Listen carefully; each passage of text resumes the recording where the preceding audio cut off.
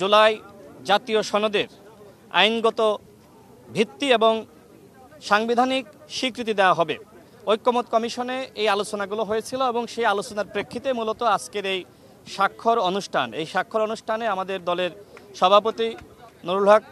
নূর এবং আমি সাধারণ সম্পাদক রাশেদ খান আমরা দুজন স্বাক্ষর করেছি এবং আমরা অঙ্গীকারনামা আমরা নিজেরাই পড়েছি এবং আগে আমাদের কাছে যে অঙ্গীকারনামা দেওয়া হয়েছিল তার থেকে এই অঙ্গীকারনামায় আরও অনেক কিছু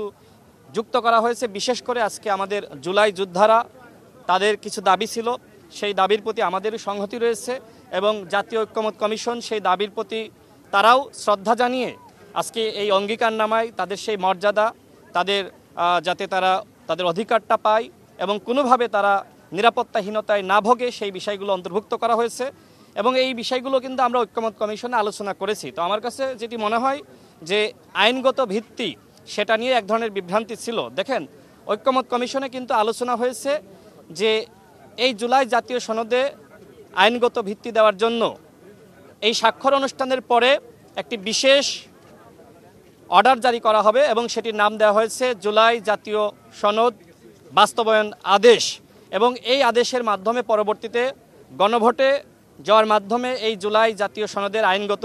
ভিত্তি প্রদান করা হবে এবং ঐক্যমত কমিশনের পক্ষ থেকে বিশেষজ্ঞ এক্সপার্টরা তারা আমাদের সামনে যে প্রস্তাবনা হাজির করেছিলেন সেখানে উল্লেখ করা হয়েছে একই দিনে জাতীয় নির্বাচন এবং একই দিনে জুলাই জাতীয় সনদের পক্ষে গণভোট। যদিও কয়েকটি দল ভিন্নমত পোষণ করেছে যে আগেই যাতে গণভোট হয় এবং এর পরবর্তীতে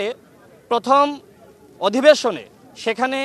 এই গণভোটের যে স্বীকৃতি বা আমরা জুলাই জাতীয় সনদে যে বিষয়গুলোতে আমরা ঐক্যমত হয়েছি তার একটা অনুমোদন দিতে হবে প্রথম আপনার অধিবেশনে, অর্থাৎ আজকে যে স্বাক্ষর অনুষ্ঠান হলো গণভোট এবং ইয়ে যে একসাথে জুলাই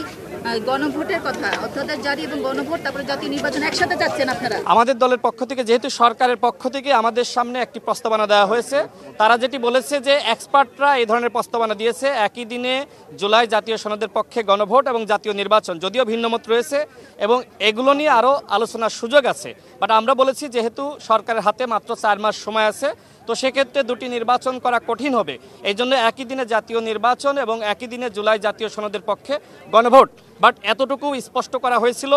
যে এই সনদের অবশ্যই আইনগত ভিত্তি দেওয়া হবে এবং আমাদের দলের পক্ষ থেকে আমরা স্পষ্ট করেছিলাম যদি আইনগত ভিত্তি আপনারা না দেন, সেই অঙ্গীকার না করেন, সেক্ষেত্রে আমরা স্বাক্ষর করব না। আমরা যখন নিশ্চিত হয়েছি জুলাই জাতীয় সনদের যে অঙ্গীকারনামা সেই অঙ্গীকারনামায় স্পষ্ট করা হয়েছে এই সনদের আইনগত ভিত্তি এবং সাংবিধানিক